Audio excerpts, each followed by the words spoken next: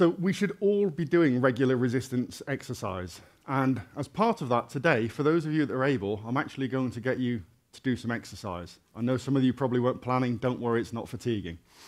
So we should do resistance exercise because there are so many benefits to performing this type of activity. Everyone hears about aerobic exercise and why we should be physically active, but the resistance exercise is really, really beneficial. And in terms of rejuvenation, one of the things that we need to consider is that muscles atrophy, which means they get smaller, and their physical capacity reduces over periods of time when we have inactivity. And that inactivity can come in numerous forms. That can be that we've been ill, we've been in hospital, we've had a period of bed rest. We've just reduced our activity because we've had a prolonged vacation. Or it could be simple things like you've had a limb in a cast. Or we can go to the extremes, spaceflight, in microgravity. So in microgravity, when astronauts go up to the International Space Station, they have to do regular exercise. It's recommended that they exercise at least 5 days per week with resistance exercise. So what we need to make sure we do then is as those muscles atrophy and shrink and lose physical capacity, we need to rejuvenate them. We need to reinvigorate them and give life back to those muscles so they can do the task that we really want them to do. The other benefit is then if we give them the ability to perform exercise and to generate forces more efficiently and more effectively, all activities of daily living become easier.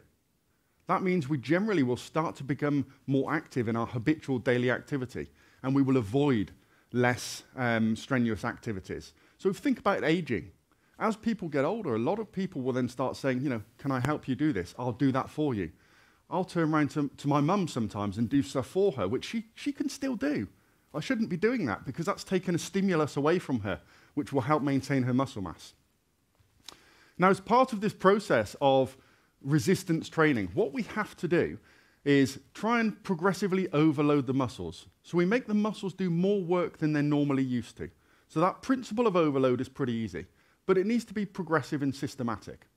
Now, an example of that going back to a Greek myth of Milo of Croton, which you can see on the slides here. I'm not suggesting for a moment that you start picking up a calf or a bull, but the myth that goes with this, and I say it's a myth, and you'll see why. It's based on sort of some true stories, but they've been exaggerated somewhat.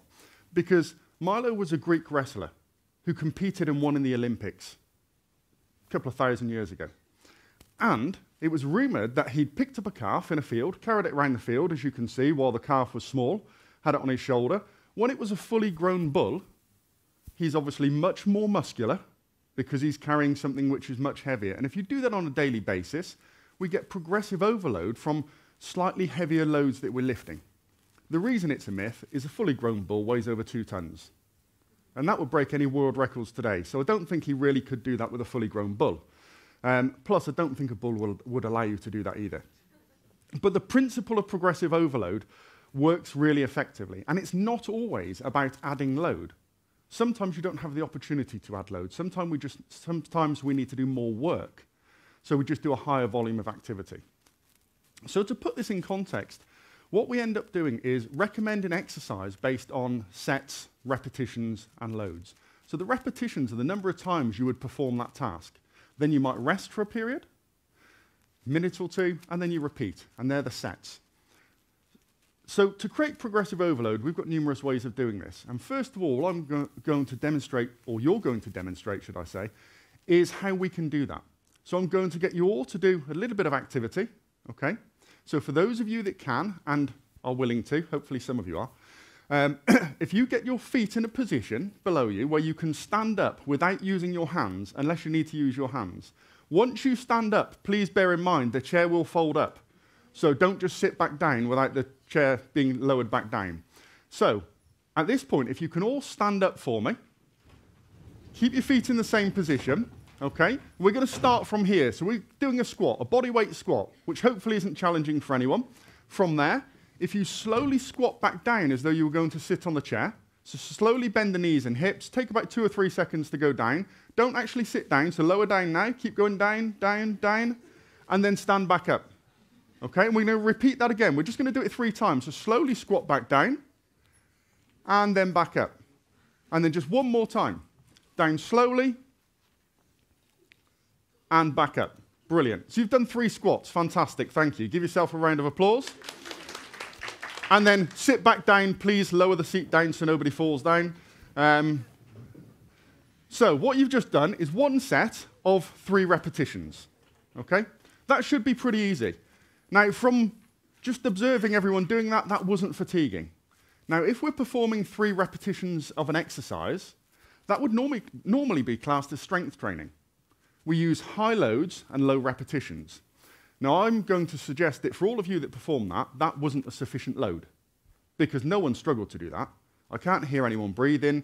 I couldn't see anyone changing colour in their face where they had to hold their breath to perform the exercise. So that was easy. So we could add load. And I know that if we got you to, I'm not going to do it, but if we got you to stand up now and do that again, rest for a minute and repeat, we'd have done 3 sets of 3 exercises, a great stimulus for strength development, if the load is sufficient. And I know that's not going to be fatiguing for you. So the simple progression for all of you in here now would be to add some more repetitions.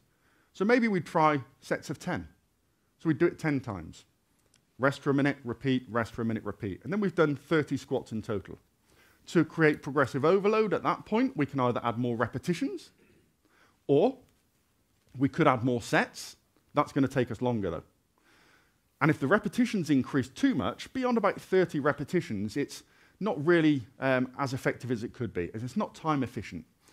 So once the repetitions increase, we probably need to add load. So we can give you an external load. The problem is, people are scared of walking into a gym. If you've never been in a gym before, and you walk in, you will have certain preconceived ideas of what it will be like in that environment. And you've probably never been there, partly because of those preconceived ideas. So we can't expect everybody to go and join a gym, as much as gym owners might like that. We can progress the overload in terms of the load or the mass we're lifting, though. So you all did a body weight squat, so that's your body weight distributed across 2 legs. I'll make the maths easy and be nice on myself. I weigh about 100 kilos. After the pandemic, it's definitely a little bit more. So let's say 100 kilos. Each leg is subjected to roughly 50 kilograms in load.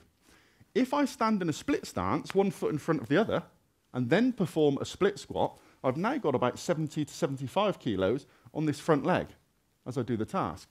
So that suddenly makes it more challenging. Luckily for you, there's no room for you all to get up and do this. Then we can progress further. If I stand on one leg and then perform a squat, and I'm not going to do that because I'm probably going to fall over, okay? But if you stand on one leg, I've now got 100 kilos going through this leg. And if I squat down through the same range of motion, I've just made it harder. I've given myself a strength training stimulus if I can only do a few repetitions. So we have to have this trade-off between what are we trying to stimulate, an increase in muscle mass and the ability for the muscles to perform work, in which case we need those higher volumes. The sets are probably 8 repetitions up to maybe as many as 30. If we want a true strength stimulus, we need to add load. You're normally looking down at 6 repetitions or less. And we need this to be time efficient because we want people to adhere to this. This should be something that you can do lifelong. Because if we take that load and that stimulus away, as I gave examples of periods of bed rest, space flight, and I know we're not all going into space, but actually for some of you, you may have those opportunities in the future with all the advances in rocket technology. So if you take that stimulus away, the muscles will start to atrophy. They lose their ability to function at the level they were functioning previously. So we need to try and do this in a way that we can adhere to it and we can do it over a prolonged period of time. Now, this type of exercise makes sense, but actually, even when you look at some of the published research, they'll do resistance exercise, but they don't always adhere to the principles of progressive overload by making it progressively more challenging over a period of time. Now, it doesn't need to be a huge increase in load or a huge increase in volume that we're doing. It just needs to be a small progressive increase. And even back in the 1940s, Dr. Thomas DeLorme was doing this research in military personnel when they were injured, so they could either continue a fulfilling life if they'd been medically discharged, or so that they could actually return to service and fight on the front line. As this progressed, he started off originally doing 3 sets of 10 repetitions, but a lot of it was single joint exercises. You can see on this one image here, there's some pulley devices, there's some small weights, and some of that might be you'd had a gunshot wound to the thigh. So you would actually do some knee extension type exercises and challenge the quadricep muscles on the front of the thigh to become stronger. But if we did that for every single muscle group, for the whole body, we're going to be training for over an hour.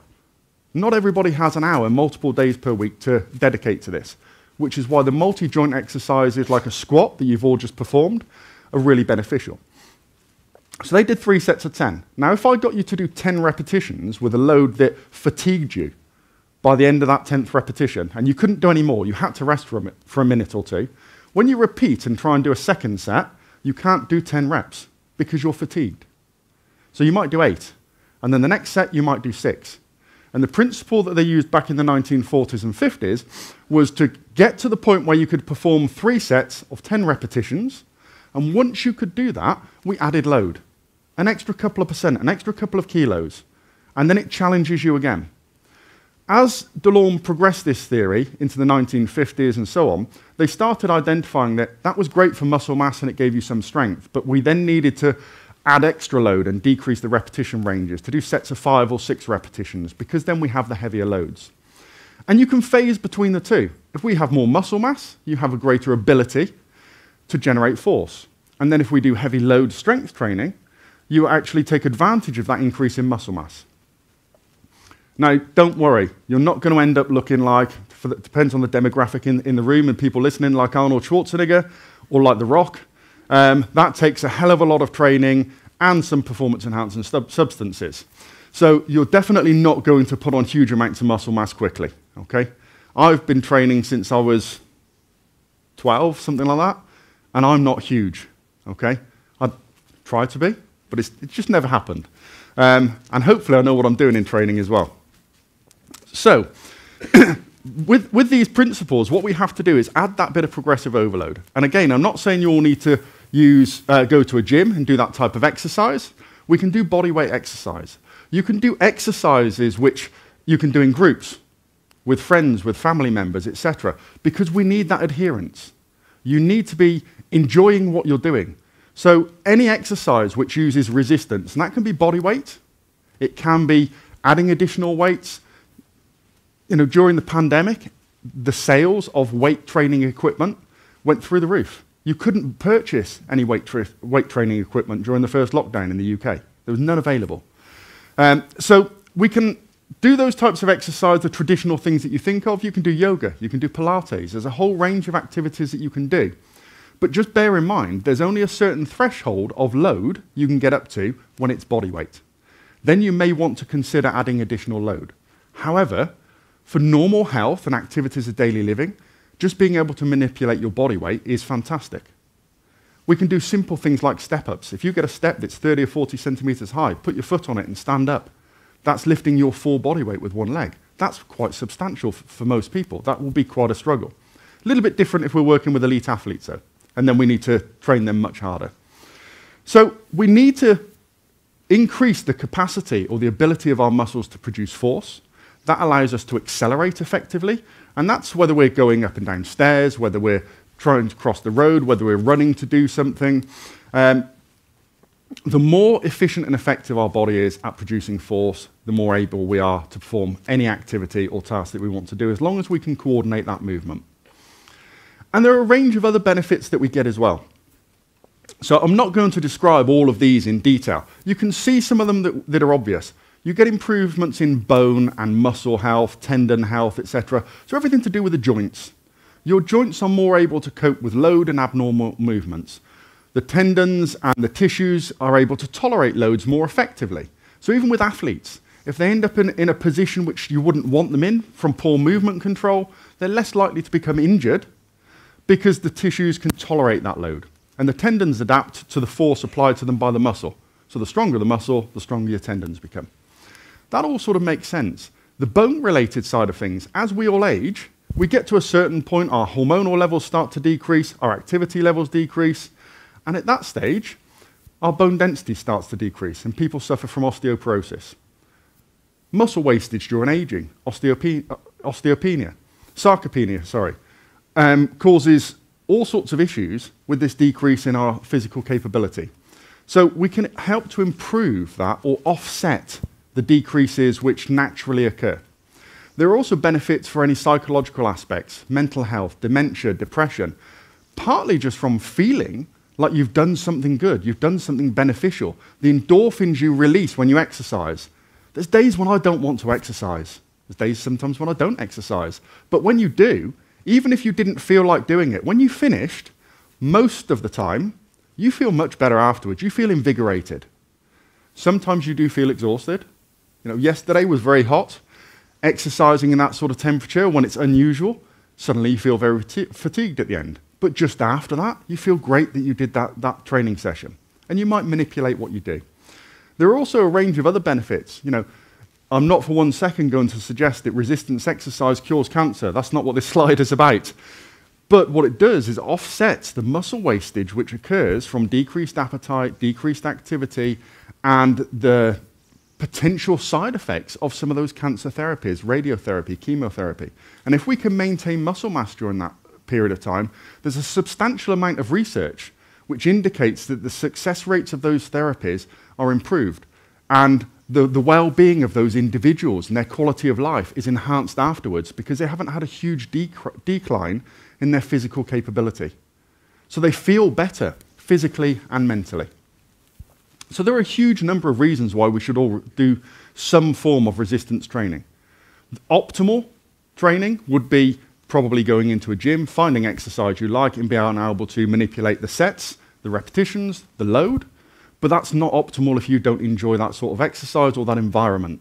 So we need to find ways of doing this progressive resistance training, which you enjoy, which you're happy doing, and you see the results. So it's something that you can adhere to and have as a lifelong endeavor, so that you then have these lifelong benefits to your health, which will also benefit those around you. So, thank you for listening. Hopefully, this will have inspired you to some extent to start doing some resistance exercise of any nature if you don't already. And I'll take any questions. Thank you.